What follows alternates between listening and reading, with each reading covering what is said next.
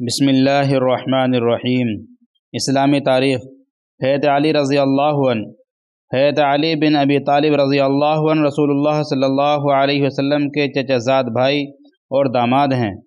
حضرت فاطمہ رضی اللہ عنہا کے شوہر اور حضرت حسن و حسین رضی اللہ عنہ کے والد محترم ہیں۔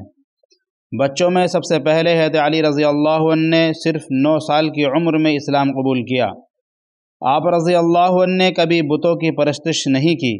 حضور صلی اللہ علیہ وسلم نے حضرت علی رضی اللہ عنہ کی پرورش کی تھی۔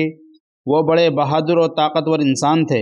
ان کی بہادری کا اظہار غزوہ خندق میں اس وقت ہوا جب دشمنوں کی طرف سے عمرو بن عبد عد سامنے آیا، جو تنہا 1000 شہ سواروں کے برابر سمجھا جاتا تھا۔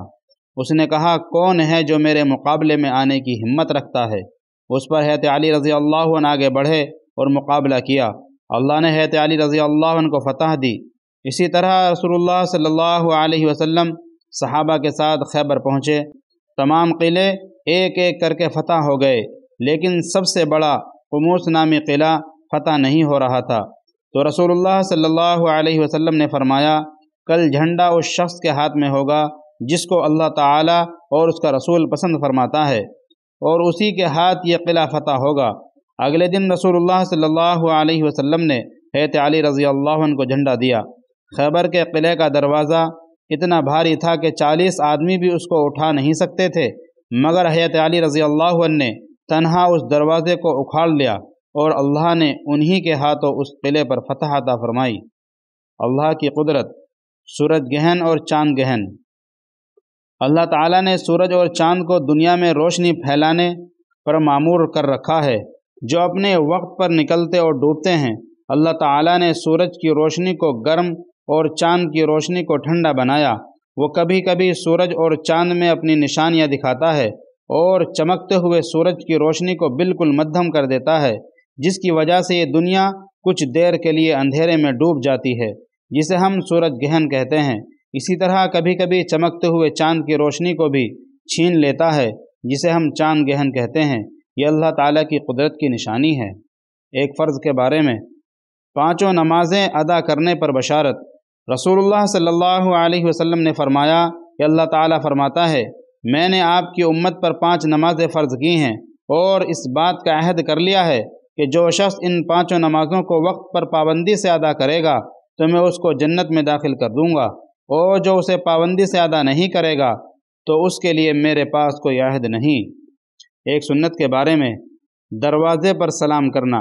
رسول اللہ صلی اللہ علیہ وسلم جب کسی کے گھر کے دروازے پر آتے تو بالکل سامنے کھڑے نہ ہوتے، بلکہ دائیں طرف یا بائیں طرف تشریف فرما ہوتے اور السلام علیکم فرماتے۔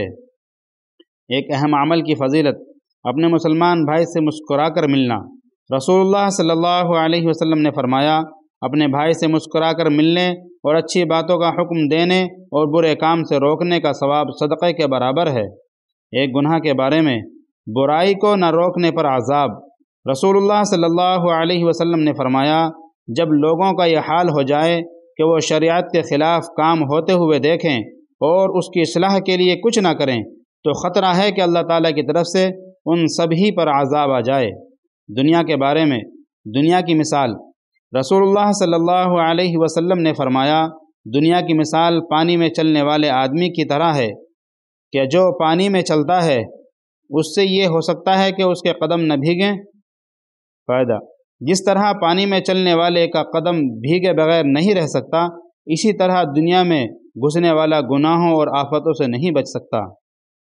آخرت کے بارے میں، قیامت میں کوئی کام نہیں آئے گا۔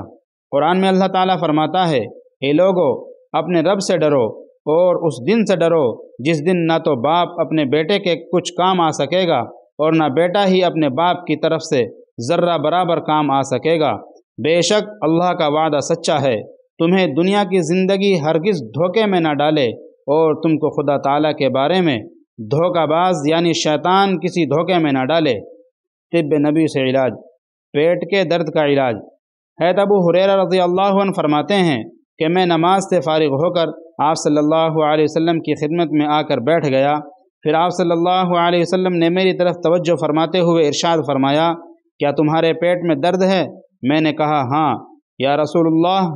تو آپ صلی اللہ علیہ وسلم نے فرمایا، اٹھو نماز پڑھو، کیونکہ نماز میں شفا ہے۔ قرآن کی نصیحت۔ قرآن میں اللہ تعالیٰ فرماتا ہے، اے ایمان والو، جب تم آپس میں کسی متعینہ مدت کے لیے ادھار لین دین کا معاملہ کیا کرو تو اس کو لکھ لیا کرو۔ اللہ تعالیٰ ہمیں ان تمام باتوں پر عمل کی توفیق عطا فرمائے۔